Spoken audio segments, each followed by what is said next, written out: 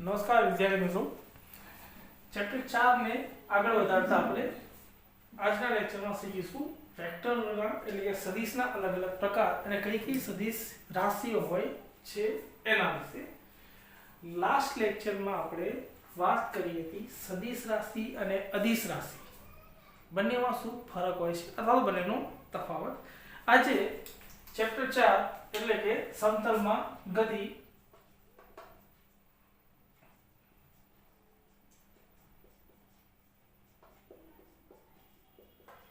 સમતલમાં ગતિ કોને કહેવાય? લાસ્ટ લેક્ચરમાં સમજી ગયા હતા. જ્યારે એક જ દિશામાં ગતિ ના થઈ અને બધી દિશામાં ગતિ થશે અથવા તો એક પરિમાણમાં ગતિ ના થઈ અને બધા પરિમાણની અંદર ગતિ થશે તો એને કહેવાશે સમતલમાં ગતિ. આજનો આપણો ચેપ્ટર 4 સમતલમાં ગતિનો ટોપિક છે સદિશ રાશિની ઓળખ. અને બીજો આપણે ટોપિક લઈશું આપણે સદિશ રાશિના પ્રકાર. આ બે ટોપિક ઉપર આજે ચર્ચા કરીશું અને બરાબર નોટ ડાઉન કરતા રહેજો.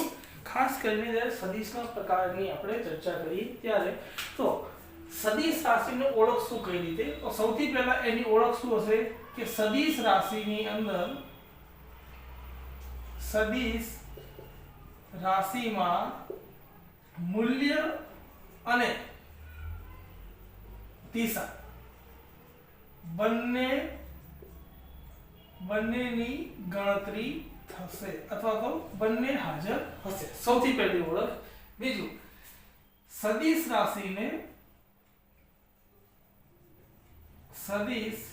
રાશિને બોલ્ડ એટલે કે કેપિટલ ના કહી શકાય, ડાર્ક કહી શકાય, બોલ્ડ અક્ષરોમાં અથવા તો બોલ્ડ મૂળાક્ષરમાં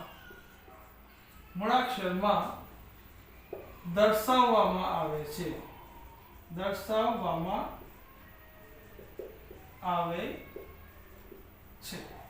ધારો કે ઉદાહરણ તરીકે તમે આ રીતે એ લખો, બરાબર? તો સદિશ રાશિ કોઈ પણ છે, પણ આ જ એને જ્યારે થોડો બોલ્ડ લખવામાં આવે તો આ સદિશ કહેવાય છે. ખ્યાલ? ધારો કે તમે બી લખ્યું તો સાદો બી લખો, તમે એકવાર લખો, પણ આ જ બી ને જો તમે બોલ્ડ કરી નાખો થોડો તો આ બોલ્ડ બી શું કહેવાશે? સદિશ રાશિ કહેવાશે. જ્યારે સાદા બી ને અદિશ રાશિ તરીકે લેવાય. આ બંનેમાં ફરક છે દર્શાવવા માટે.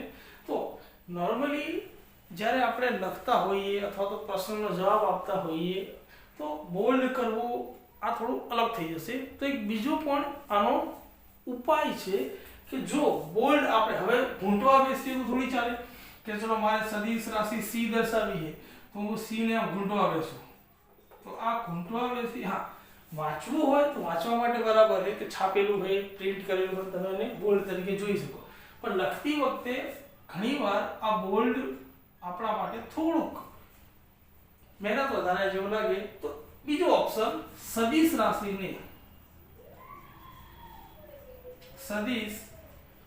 રાશિને મૂલ્યની ઉપર તીર દર્શાવીને લખાય છે. કઈ રીતે? ધારો કે સદિશ એ છે તો આપણે તમે આ એ લખી દીધો અને એની ઉપર આ રીતે તીર દર્શાવો તો આ સદિશ રાશિ હોય. મતલબ તમારે ઘૂંટવાની કે બોલ્ડ કરવાની જરૂર પડશે નહીં. ધારો કે સદિશ રાશિ બી છે, બી લખી નાખ્યો, પછી એની ઉપર તીર લગાવી દો તો આ સદિશ બી કહેવાશે. આમાં બી જે છે એ મૂલ્ય દર્શાવે છે અને ઉપરનું જે તીર છે શું દર્શાવે છે? દિશા દર્શાવે છે. એનો મતલબ એવો નથી થતો કે તમે સદિશ સી રાશિને આ બાજુની દિશા હોય તો ઊંધું તીર લગાવો, એવું નહીં. તીર એક જ દિશાનું લગાવવાનું, આ રીતે એને ઊંધું લગાવવાની જરૂર નથી. આ એવું દર્શાવે છે કે આ રાશિ સદિશ છે, કઈ દિશામાં છે એ દર્શાવવાની જરૂર નથી. ઘણા લોકો એવું કરવા માંડે કે ભાઈ ડી છે, ઉપરની દિશા છે તો ભાઈ તીર આ ઉપર નહીં લગાવવાનું, ઈ રાશિ છે નીચેની તરફ નીચે તીર નહીં લગાવવાનું. આ બધા માટે કોમન આ રીતે જ તીર તમારે લગાવવાનું રહેશે. આ લખવા માટેની વાત થઈ. કે જ્યારે તમે પ્રશ્નનો ઉત્તર આપતા હોય લખતા હોય ત્યારે તમે રાશિ હોય અને સદિશ રાશિ હોય તો તમે એને ઉપર તીર લગાવીને દર્શાવી શકો. ખ્યાલ આવ્યો બેટા? મેઇન વસ્તુ આ ના થાય કે વિરુદ્ધ દિશામાં ઊંધું તીર લગાવો, ઉપરની દિશામાં ઉપર તીર લગાવો. મતલબ તીર લગાવવાનો મતલબ છે સદિશ રાશિ દર્શાવવી.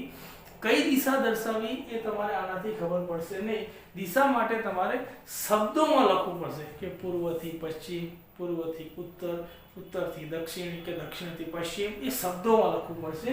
તમે તીરથી એ દિશા દર્શાવી શકશો નહીં. તીર ખાલી એક દર્શાવવા માટેનું નોટેશન આપેલું હોય કે તમે તીર લગાવો એટલે એ સદિશ રાશિ કહેવાશે. ખ્યાલ આવ્યો? હવે આ થઈ ગઈ સદિશ રાશિની ઓળખ. મુખ્ય ઓળખ મૂલ્ય અને દિશા બંને હશે તો સદિશ રાશિ કહેવાશે. અને જ્યારે વાંચતા હોય તમે ત્યારે બોલ્ડ અક્ષરો જે તમને દેખાય એ સદિશ રાશિ દર્શાવવા માટે લખેલા હશે. અને લખવા માટે બોલ્ડ અક્ષર આપણે ના લખીએ અને એને તીરથી પણ દર્શાવી શકાય. ખ્યાલ આવ્યો બેટા? આપણે નોટ ડાઉન કરી લો અને નેક્સ્ટ ટોપિક પર જઈએ આપણે સદિશના પ્રકાર.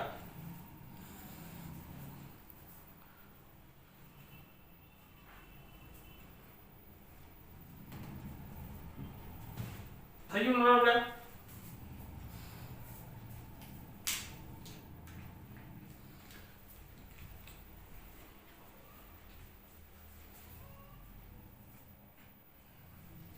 નેક્સ્ટ આપણો ટોપિક છે સદિશના પ્રકાર.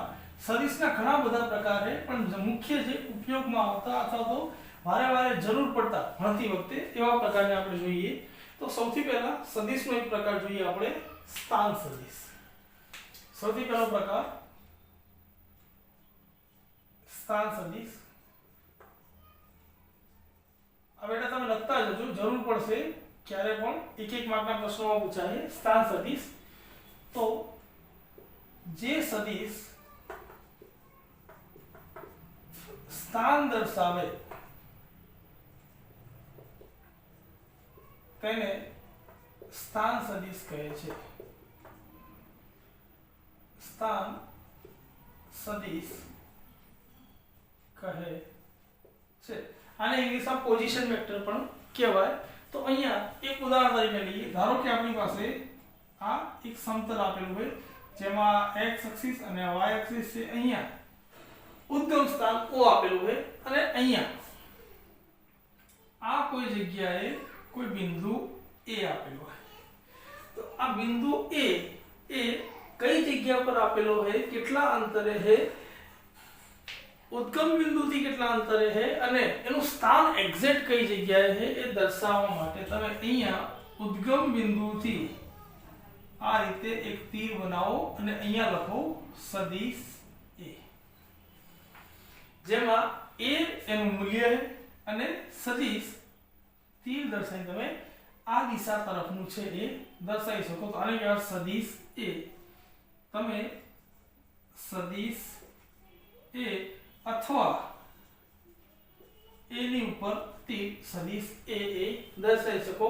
જેમાં A મૂલ્ય મતલબ આ બિંદુ અહીંયા અને આ બિંદુ અહીંયા, મતલબ એ મૂલ્ય દર્શાવે છે જ્યારે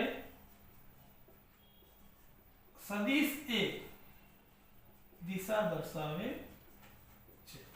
બરાબર? હવે અહીંયા આ x ઉપર જે મૂલ્ય હશે એને તમે ax મતલબ x અક્ષિસ પરનો ઘટક એવું કહી શકો અને અહીંયા આ જે અંતર હશે એને તમે ay એટલે કે y અક્ષ ઉપરનો ઘટક આ રીતે દર્શાવી શકો. અને બંને મૂલ્ય ભેગું થઈ અને આનું મૂલ્ય બનશે. આપણે પહેલા પણ વાત કરી હતી આગળના લેક્ચરમાં કે સમતલની અંદર જ્યારે સદિશ આવશે ત્યારે એ કોઈ એક દિશામાં નહીં હોય, બંને દિશામાં અથવા તો ત્રણ દિશામાં છે, દ્વિપારિમાણિક અથવા તો ત્રિપારિમાણિકમાં. તો આ ax મતલબ x અક્ષનું મૂલ્ય, ay મતલબ y અક્ષનું મૂલ્ય અને આ બિંદુ જે અહીંયા દર્શાવ્યું હોય એ આ તીરના વડે તમે આ એનું સ્થાન દર્શાવેલું હોય એટલે આને કહેવાશે સ્થાન સદિશ. ખ્યાલ આવે? બીજો સદિશ આપણી પાસે સ્થાનાંતર સદિશ. હવે સ્થાનાંતર શબ્દ તમે ચેપ્ટર 3 ની અંદર ભણ્યા હતા. સ્થાનાંતર એટલે બે સ્થાન વચ્ચે અથવા તો બે જગ્યા વચ્ચેનું અંતર. બે સ્થાન અથવા તો બે જગ્યા વચ્ચેનું અંતર એને કહેવાશે સ્થાનાંતર. પણ અહીંયા સ્થાનાંતરનો સદિશ દર્શાવવાનો. તો વ્યાખ્યા એ થશે જે સદિશ બે સ્થાન વચ્ચેનું અંતર દર્શાવશે. સ્થાન વચ્ચેનું અંતર દર્શાવે તેવા સદિશને સ્થાનાંતર સદિશ કહે છે. સ્થાનાંતર સદિશ કહે છે. હવે સ્થાનાંતર સદિશ કઈ રીતે દર્શાવવામાં આવશે બેટા? ધારો કે આપણી પાસે એક x અક્ષ અને બીજો y અક્ષ આપેલો હોય. આ ઉદ્ગમ બિંદુ O થઈ ગયું. હવે આ શું હતું આપણી પાસે? સ્થાન હતું. એ જ રીતે અહીંયા ધારો કે આ એ આપણું સ્થાન છે. બીજું હવે બે સ્થાન વચ્ચેનું અંતર દર્શાવવાનું. તો અહીંયા આપણે બીજું પણ સ્થાન લેવું પડશે જેને આપણે કહીએ B. તો આ બે સ્થાન વચ્ચેનું જે અંતર દર્શાવશે એવા સદિશને શું કહેવાશે? સ્થાનાંતર સદિશ. તો સૌથી પહેલા તો સ્થાનાંતર સદિશ કરવા માટે તમારે બંનેના સ્થાન નક્કી કરવા પડશે. તો એક તો આ એનું સ્થાન થઈ ગયું A માટેનું સદિશ A. બીજું B માટેનું સ્થાન થઈ ગયું અહીંયા સદિશ B. હવે આમની વચ્ચેનું અંતર. હવે આવશે આમની વચ્ચેનું અંતર.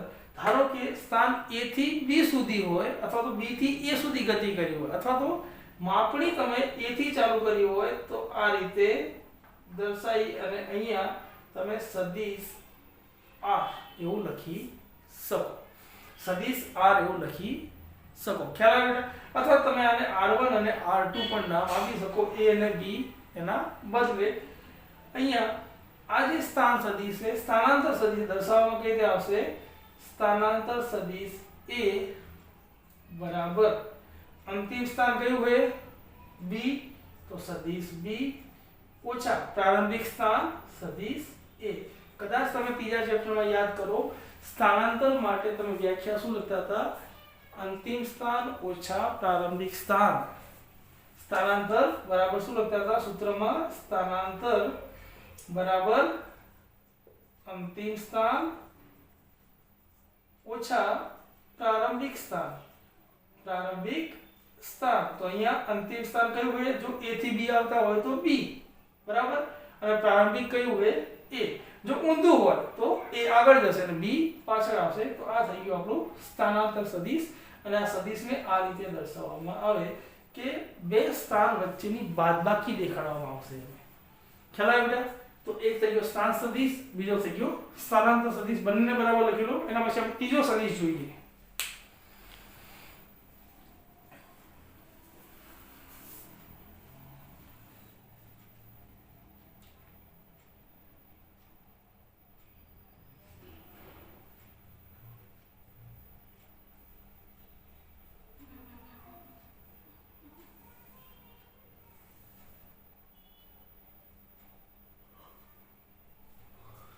થઈ ગયું બેટા? આગળ જોઈએ ત્રીજો વાળો ભાગ. ત્રીજો પ્રકાર સમાન સદિશ. સમાન સદિશ ત્રીજો है આપણી પાસે સમાન સદિશ.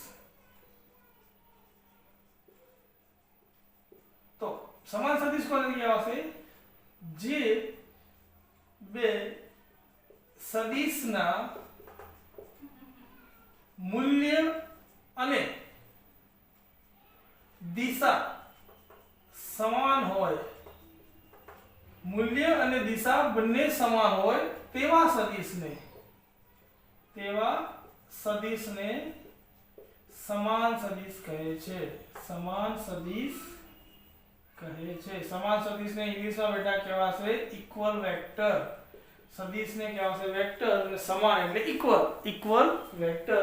આને તમે કઈ રીતે દર્શાવી શકો? ધારો કે અહીંયા સદિશ A આપેલો હોય જેમાં a બરાબર 5 મીટર અને અહીંયા સદિશ b આપેલો છે જેની અંદર b બરાબર પણ 5 મીટર હશે मतलब मूल्य बनेला सरखा થઈ ગયા અને દિશા બનેલી કેવી છે સરખી છે તો આવા સદિશને શું કહેવાશે મૂલ્ય અને દિશા બંને સમાન હશે તો આવા સદિશને કહેવાશે સમાન સદિશ બરાબર બેટા હવે બીજું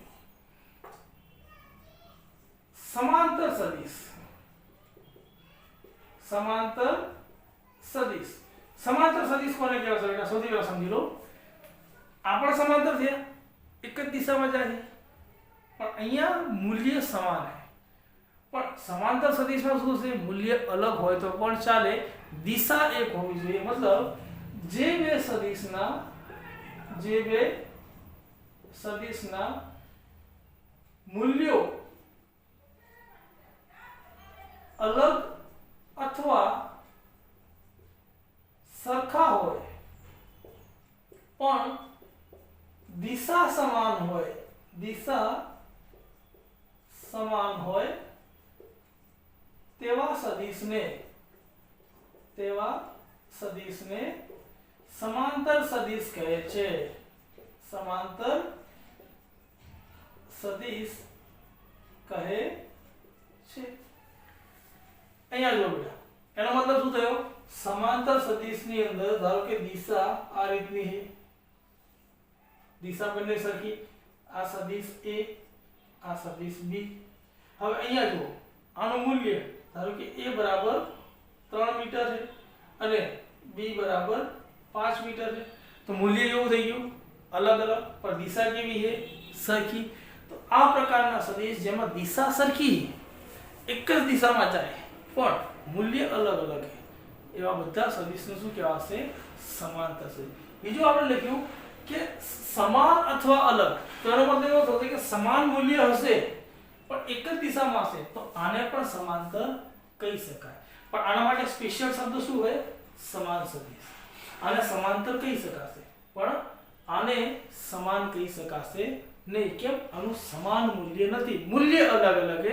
જેથી ખાલી આને સમાંતર કહેવાશે ખ્યાલ આવ્યો બેટા पांचवो है આપણો ભાગ લો प्रति समांतर सदिश प्रति समांतर कोने कहेवाय बेटा समांतर प्रति समांतर मतलब जे बे सदिशना मूल्यों सरखी दिशा में नहीं होय तेवा सदिश ने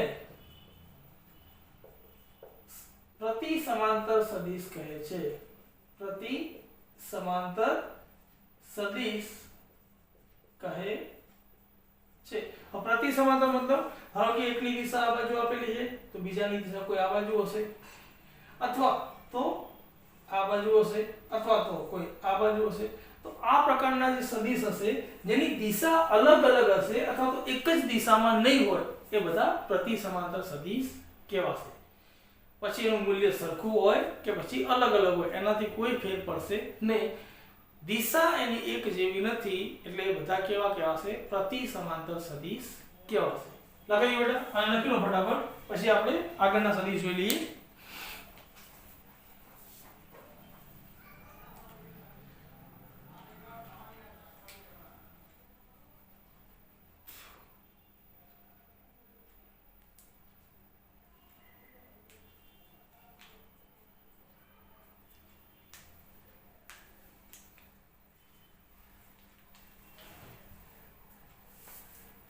લખાઈ બેટા ફટાફટ લખવાનું બેટા એવું લાગે તો ઘણી વાર પોઝ કરી દેવાનો વિડિયો અને લખી નાખવાનું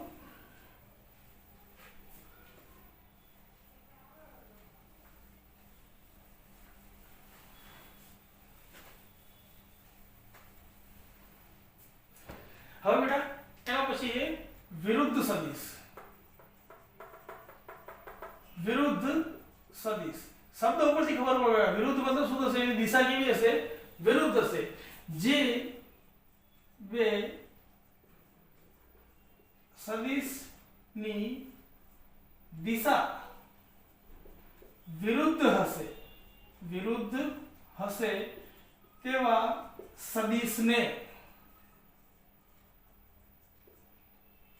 વિરુદ્ધ સદિશ કહે છે વિરુદ્ધ સદિશ કહે છે मतलब ધારો કે કોઈ આ સદિશ આપેલો હોય સદિશ A અને એની વિરુદ્ધ દિશામાં એટલે કે આ તરફની દિશામાં આપેલો હોય સદિશ B તો આવા સદિશને શું કહેવાય છે બેટા વિરુદ્ધ સદિશ એનું મૂલ્ય સમાન પણ હોઈ શકે અને અસમાન પણ હોઈ શકે પણ દિશા કેવી હશે વિરુદ્ધ હશે એક પૂર્વમાં જતો હશે તો બીજો પશ્ચિમમાં જતો હશે આ પ્રકારના સદિશને કહેવાશે વિરુદ્ધ સદિશ એના પછી સૌથી જરૂરી એક પાઠ છે બેટા शून्य सदिश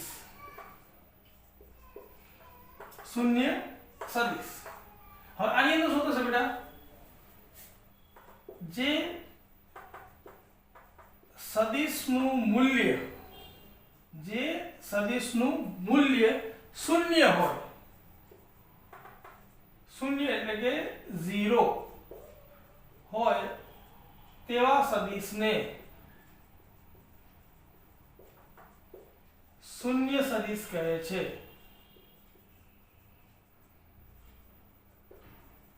धारो के कोई वेक्टर के कोई सदिश A आपेलो है અને આ શૂન્ય સદિશ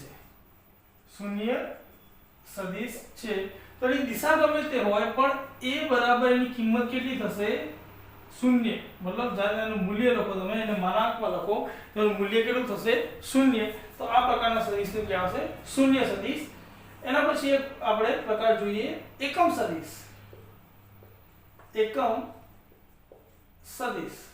એકમ સદિશ બેટા કોને કહેવાશે જે સદિશનું મૂલ્ય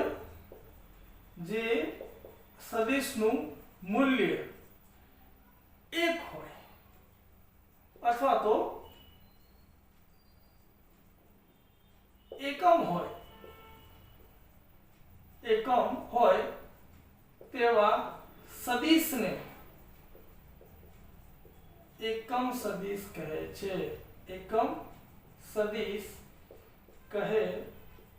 છે मतलब અહીંયા સદિશ એ જો એકમ સદિશ હોય તો એનું મૂલ્ય એટલે કે માનાંકમાં a બરાબર 1 થશે ખ્યાલ આવે બેટા અને આને ઘણીવાર n કેપ તરીકે પણ દર્શાવવામાં આવે છે તમારે n કેપ તરીકે દર્શાવવામાં આવે છે આ 12માં ઘણી જગ્યાએ ઉપયોગમાં થશે n કેપ એનો મતલબ શું થશે એકમ સદિશ કે એનું મૂલ્ય જે બી સદિશ છે એ લંબાઈનો છે ઊંચાઈનો છે વેગ છે કે પ્રવેગ છે કે પછી બળ લાગે છે કોઈ વસ્તુ પર એનું મૂલ્ય કેટલું હશે 1 ત્યારે એકમ સદિશ એટલે કે n કેપ તરીકે દર્શાવવામાં આવશે તો આને બરાબર લખી લો આ બધા સદિશોની અલગ અલગ જગ્યાએ આપણે જરૂર પડશે જ્યાં જરૂર પડે ત્યાં શબ્દના આધારે સમજી જવાનું કે શૂન્ય સદિશ मतलब એની કિંમત 0 એકમ સદિશ मतलब કિંમત 1 વિરુદ્ધ સદિશ मतलब વિરુદ્ધ દિશા है समान सदिश मतलब मूल्य અને દિશા બંને સમાન है समांतर सदिश मतलब દિશા એની એક છે મૂલ્ય સમાન હોય અથવા તો ના હોય તો આ બધા નામના આધાર પછી તમારે સમજી આવવાનું કે હવે આ પ્રશ્ન કઈ રીતનું છે અને શું કહેવા માંગે છે અને નોટ ડાઉન કરો નેક્સ્ટ લેક્ચરમાં આપણે સરવાળા અને બાદબાકી સદિશનું કઈ રીતે થશે જે આપણે પહેલા વાત કરી હતી કે સદિશ માટે સ્પેશિયલ પ્રકારના સરવાળા બાદબાકીના નિયમો હોય ત્રિકોણનો નિયમ હોય ચતુષ્કોણ નિયમ હોય એના વિશે ચર્ચા કરીશું બેટા